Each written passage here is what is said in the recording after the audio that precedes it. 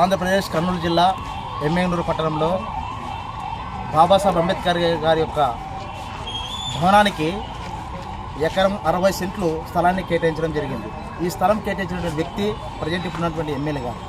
గతంలో 2018లో టీడీపీ ఉంది. అప్పుడు కూడా ఈయన యువ ఎమ్మెల్యేగా ఇక్కడ ఎన్నికయ్యి ఇక్కడ ఉన్నారు.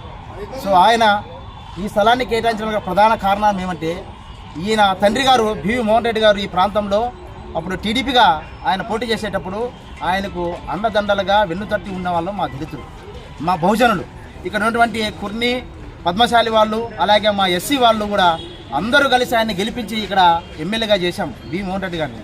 మరి అదే కృతజ్ఞతతో ఇదే జయనాశ్వర రెడ్డి గారు ఎకరా 60 సెంట్లు మనకు కేటాయిస్తూ అక్కడ స్థలాన్ని ఇచ్చారు.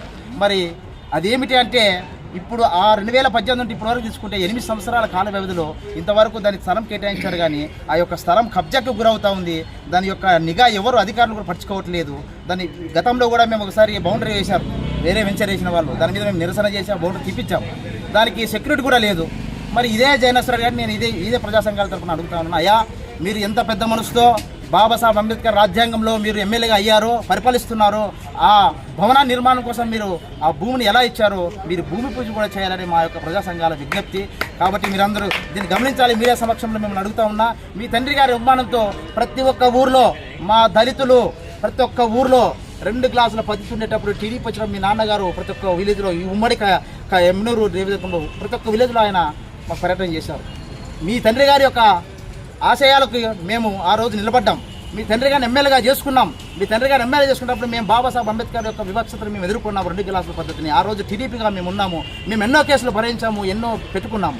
మరి మీరు అదే సదృఢంతో మాకు అక్కడ కేటాయించిన 1 ఎకరా 60 సెంట్లను తక్షణమే మీరుండగా దాన్ని భూమి పూజ చేసి భవన నిర్మాణానికి తోడ్పడాలని సందర్భంగా మీకు విజ్ఞప్తి చేస్తూ ఉన్నా.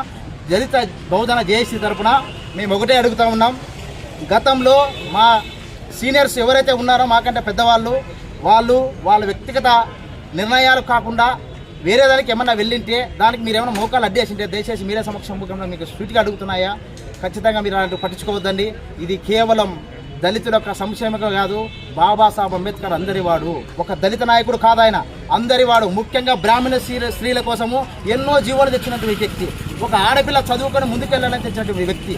ఎంతోమంది విజ్ఞానంగా తయారైన 70 సంవత్సరాల్లో భారతదేశంలో ఎంతోమంది విజ్ఞానంగా ముందుకు వచ్చాము. ఈరోజు ఇంతమంది పాల్గొంటున్నారంటే because of the only Babasaheb Ambedkar రచించిన రాజ్యాంగమే.